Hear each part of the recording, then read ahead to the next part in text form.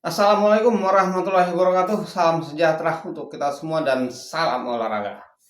Baik teman-teman, selamat berjumpa kembali bersama Ainda Channel. Terkhusus untuk teman-teman, tidak bosan-bosannya saya memohon atau mendoakan teman-teman. Mudah-mudahan teman-teman selalu di bawah lindungan Allah Subhanahu wa taala, diberi kesehatan dan dilancarkan rezekinya. Amin amin ya rabbal alamin.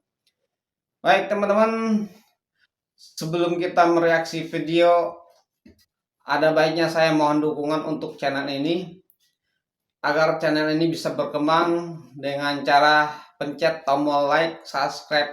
Kalau sudah, saya ucapkan ribuan terima kasih. Baik teman-teman, tanpa berpanjang lebar, mari kita saksikan aja video yang berikut ini.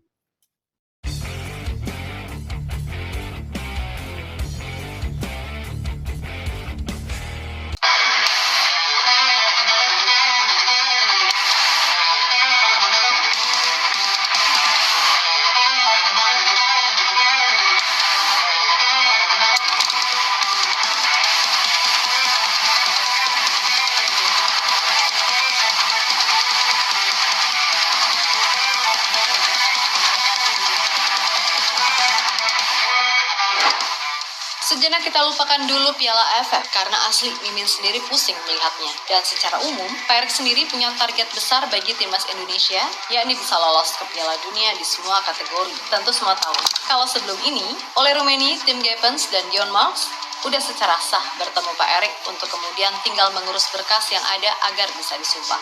Namun untuk tim Geppens dan Dion Marks, sebagaimana dijelaskan Pak Arya, kayaknya keduanya bakal sulit untuk bisa tampil di Piala Asia U20. Hal itu lantaran proses naturalisasi keduanya kemungkinan besar tidak akan selesai tepat waktu karena padatnya agenda DPR RI. Apalagi sekarang dalam masa reses, serta mepetnya batas akhir pendaftaran pemain untuk ajang tersebut. Walaupun begitu, proses naturalisasi keduanya tetap akan dilakukan entah akhir Desember ini ataupun Januari mendatang bebarengan sama oleh Rumini. Namun tunggu dulu, kayaknya masih akan ada satu nama lagi yang juga bakal diproses. Yang mana dia adalah Jero Ridwell, gelandang berpengalaman yang telah pulih dari cedera. Tentu saja, masuknya 4 pemain tersebut akan menjadi sebuah gebrakan awal tahun. Dan bukan tak mungkin, entah itu tim Geppens atau Dion Marks, malah bisa dicoba oleh Coach Shin untuk minimal jadi pelapis di sisa 4 laga round 3. Hal yang kemudian seolah menegaskan kalau timnas senior Indonesia sebisa mungkin untuk coba mengamankan 9 poin serta membuka asa finish di posisi 2. Walaupun target utamanya adalah meraih 7 poin dengan finish di posisi minimal 4.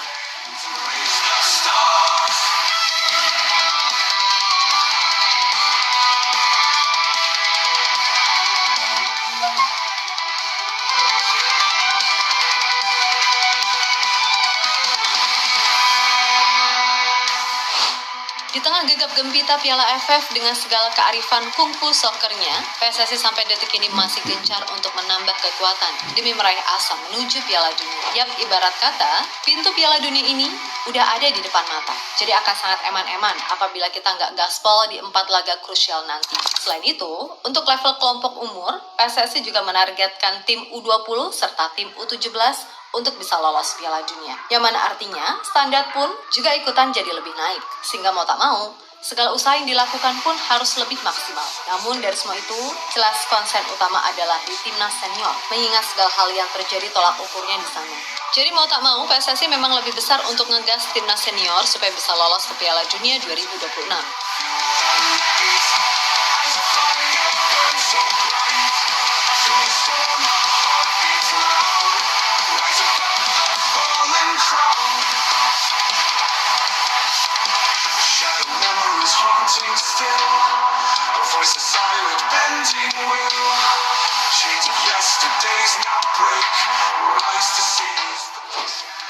Yap, salah satu cara yang dilakukan PSSI untuk membuat peluang itu semakin besar tentu adalah dengan program naturalisasi. Dan terbaru, untuk timnas senior, kita udah pasti akan kedatangan oleh Rumini. Sedangkan di tim U20, ada tim Geppens serta Dion Marks. Akan tetapi menurut kabar terbaru, sebagaimana yang disampaikan oleh Pak Arya Sinulinga, kalau kemungkinan besar tim Geppens dan Dion Marks gak akan bisa memperkuat timnas U20 di Piala Asia 2025. Hal itu lantaran proses naturalisasi keduanya kemungkinan besar tidak akan selesai tepat waktu karena padatnya agenda DPR RI. apalagi sekarang dalam masa reses, serta mepetnya batas akhir pendaftaran pemain untuk ajang tersebut. Yap, sebagaimana diketahui, Piala Asia U20 dijadwalkan akan start pada Februari 2025 di China. Nah, PSSI sendiri menjelaskan bahwa aturan AFC mengharuskan pemain sudah terdaftar paling enggak sebulan sebelumnya. Dan menurut penuturan tim Gepens, dalam wawancaranya bersama Kumparan, kalau untuk sumpah WNI kemungkinan akan dilakukan pada akhir Desember ini ataupun Januari. Sumpah WNI sepertinya Desember atau Januari, tapi belum ada tanggal yang pasti. Hari pertama saat tiba di Jakarta kami istirahat dulu. Kemudian di hari kedua ada tes medis di rumah sakit. Pada hari ketiga kami akan ke Kedubes untuk mengurus dokumen dan paspor. Kami juga menyaksikan pertandingan Indonesia versus Jepang. Semuanya berjalan lancar, orang-orang di sana sangat membantu kami. Saat menjalani tes medis, orang-orang di rumah sakit juga sangat baik. Semuanya lancar dan tidak ada kendala. Ucap Gepens. Dia melihat sikon yang ada, ya udah, sangat amai kecil kemungkinannya bagi Gepens ataupun Dion buat bisa bermain di Piala Asia U20. Meskipun begitu, PSSI tetap tidak mau menyalahkan DPR dan menghormati proses yang ada. Nah, ini saya kita jujur aja bahwa untuk yang U20 kita agak berat. Kenapa berat? Karena U20 itu tanggal 12 Februari pertandingan. Sementara AFC ini bikin peraturan bahwa semua pemain disubmit tanggal 1 bulan sebelum pertandingan. Berarti 12 Januari semua disubmit. Agak berat kan? Lagi reses. Jadi jangan salahkan DPR. Nah, prosesnya aja. Karena jadwalnya teman-teman DPR kan memang sampai tanggal 20. Jadi ya kita harus ikutin gitu. Ya kalau lihat tanggal seperti itu berat. Kita jujur aja. Lebih lanjut, kendati nantinya Dion ataupun Gepens nggak bisa main di Piala Asia, tapi proses keduanya tetap akan dilanjutkan. Karena kemungkinan, keduanya bisa aja dipanggil Shin Tae-yong untuk minimal jadi pelapis di timnas senior, khususnya buat Gepens. Bagaimanapun juga, sekarang ini statusnya adalah pemain divisi 2 Belanda bersama FC Emmen. Yang mana musim ini pemain 19 tahun tersebut udah tampil di 12 pertandingan untuk FC Emmen. Jadi secara kemampuan serta jam terbang harusnya dia bisa jadi pelapis yang pas di posisi bek kiri bagi dua pemain berpengalaman, yakni Calvin Verdong ataupun Shane Patinama. Masalahnya, apakah Coach Shin mau mengorbankan Arhan demi Gepens? Ya, kalau Gepens mau belajar lemparan ke dalam jarak jauh, maybe dia bisa geser Arhan, yang sorry to say, lebih jago dan akurat buat lempar bola ketimbang nendang bola. Terlebih Arhan di klubnya juga nyaris nggak pernah main. Sedangkan buat Dion Marks, kayaknya kalau dia ke timnas senior bisa-bisa aja sih. Asalkan minimal dia bisa membuktikan diri lebih bagus dari Ferrari, yang selama ini jadi pilihan kesekian setelah nama-nama seperti Jay, Rido, Justin, dan May Silvers, yang kini terdaftar sebagai bek tengah.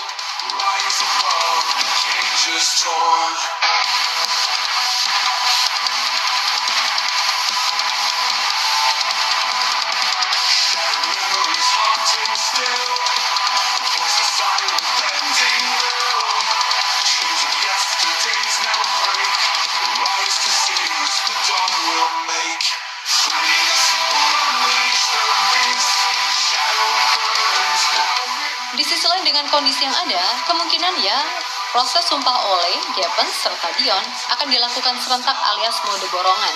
Namun PSSI sepertinya masih menyimpan satu nama lagi dalam diri Jero Ridowolf, di mana Jero yang memang menyatakan minat membela Indonesia harus tertunda prosesnya, terutama untuk bertemu Pak Erik karena pemulihan cedera. Dan sekarang Jero udah fit serta baru aja memainkan pertandingan bersama Royal Antwerp melawan Kevin Mechelen sebagai starter. Ditambah percakapannya bersama Sandy Walsh usai laga, semakin menguatkan sinyal jika Jero memang akan jadi pemain keempat yang akan disumpah serentak pada awal tahun 2025 mendatang. Tentu saja dengan 4 atau 3 pemain tambahan baru, harusnya secara komposisi kita harus lebih percaya diri untuk bisa mengalahkan Australia, Bahrain, dan China. Karena secara kualitas serta jam terbang, Ole dan Jero adalah pemain yang ibaratnya udah matang. Lalu Gepens, meskipun masih muda, ia dinilai punya kemampuan serta mentalitas yang bagus saat di atas lapangan. Dan buat Dion, nah ini yang berat, karena meskipun udah mencatat 28 pertandingan, bagaimanapun itu hanya terjadi untuk level U21 NEC Nijmegen.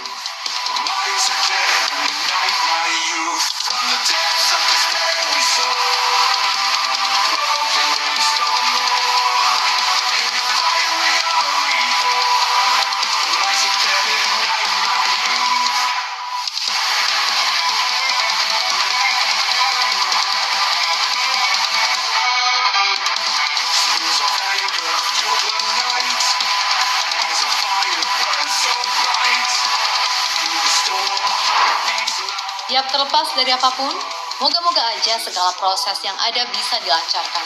Entah itu untuk tim U17, U20, atau senior, semuanya bisa mencapai target yang diinginkan. Nah, khusus untuk timnas senior, harusnya kalau minimal 3 dari 4 pemain baru bisa gabung, gak ada alasan lagi buat minder atau nggak optimis bisa meraih 9 poin. Sebab secara komposisi, skuad kita tuh masuk 10 besar yang termahal di Asia. Serta di atas kertas, pemainnya berkualitas dan punya pengalaman bagus di kompetisi Eropa. Yap, mulai dari kiper, back, gelandang, sampai penyerang. Boleh jadi masuknya 3 atau 4 pemain tadi akan membuat tim ini makin komplit. Maka dari itu, mudah-mudahan hasilnya bisa seperti apa yang diharapkan.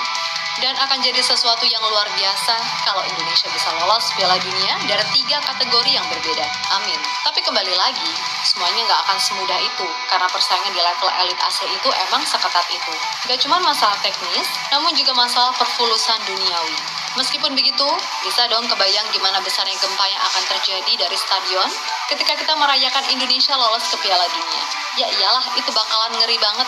Karena kalau gempanya kecil, itu namanya jadi gempi, kan gitu. So, tetap semangat semua elemen timnas, berjuang dengan ikhlas demi merah putih di dada. Oke, kita Garuda.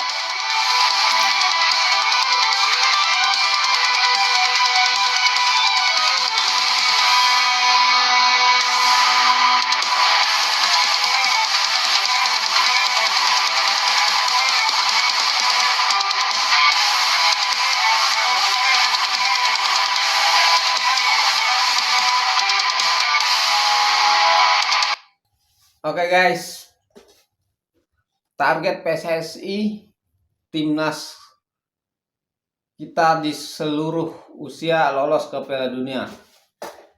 Yang itu timnas U20 dan timnas U17. Tapi yang sekarang yang ditargetkan itu ya di timnas senior. Target Pak Erick Thohir itu langsung lolos ke Piala Dunia kalau bisa, karena PSSI sedang gencar-gencarnya itu menambah pemain baru atau pemain keturunan yang bakal diproses di naturalisasi, yaitu oleh Remeni, Tim Sgeven, dan Giormat. Mudah-mudahan prosesnya terlaksana dan cepat. Mudah-mudahan mereka bisa bergabung di timnas Indonesia saat berhadapan Australia. Karena kalau bisa target kita harus menang di Australia, mendapatkan 3 poin. Kalau seandainya kita menang atau mendapat 3 poin di Australia, itu perjalanan atau tugas timnas yang akan datang itu insya Allah lebih mudah dan lebih gampang. Karena di pertandingan besoknya itu akan menjamu Bahrain sama Cina.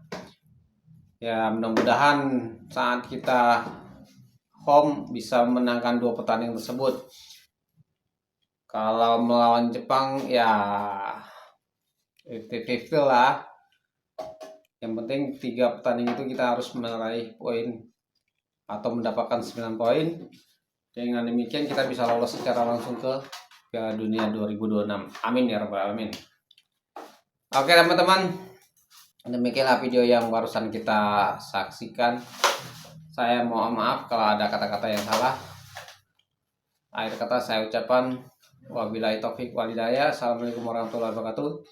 Sampai jumpa di video yang akan datang. Dadah.